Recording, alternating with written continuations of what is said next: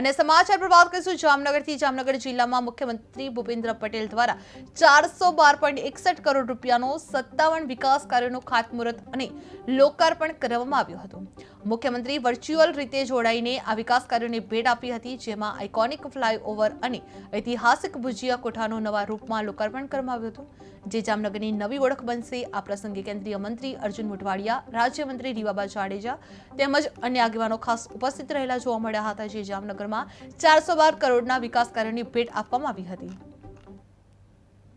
લોકાર્પણ અને ખાતમુહૂર્તના બે કાર્યક્રમો હતા। એમાં એક જે જામનગર એપીએમસી છે એમાં ખેડૂત ભોજનાલય અને ખેડૂત આરામ ગૃહનું ત્યાં ઉદ્ઘાટન કરવામાં આવ્યું અને ટાઉન હોલ ખાતે જામનગર શહેર અને જિલ્લાના લગભગ 412 કરોડ રૂપિયાના 57 જેટલા કામોનું ખાતમુહૂર્ત અને લોકાર્પણ કરવામાં આવ્યું।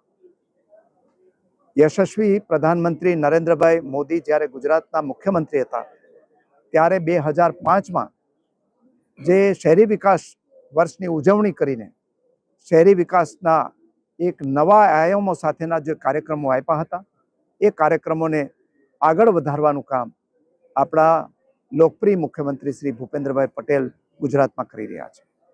અને આને કારણે ગુજરાતની અંદર જે માત્ર જે એન્શિયન્ટ રિવર્સ છે અને જામનગરનો જે ગૌરવભર્યો ઇતિહાસ છે, આદરણીય પ્રધાનમંત્રી શ્રીની જે એક ફોરસાઇટ છે કે વિકાસ પણ અને વિરાસત પણ, એને ચરિતાર્થ કરવા માટે રિવરફ્રન્ટ પ્રોજેક્ટને પણ સૈદ્ધાંતિક મંજૂરી મળી ગઈ અને બજેટની પણ ફાળવણી કરી દેવામાં આવેલી છે। ત્યારે એક ઉદાહરણ આપું કે આ રિવરફ્રન્ટ પ્રોજેક્ટમાં આપણે જ્યારે સહેલ માટે કોઈ બોટ કેવી રીતના ઉતારીએ તો એ નદીના વહેણ સાથે સાથે તમે પરિક્રમા તો કરાવી દે, પરંતુ જો એ હોડીમાં મોટર મૂકી દેવામાં આવે તો એ સ્પીડ ગતિ સાથે તમને એક અલગ છે નજરાણું બતાવી શકે અને નદીની છે સહેલ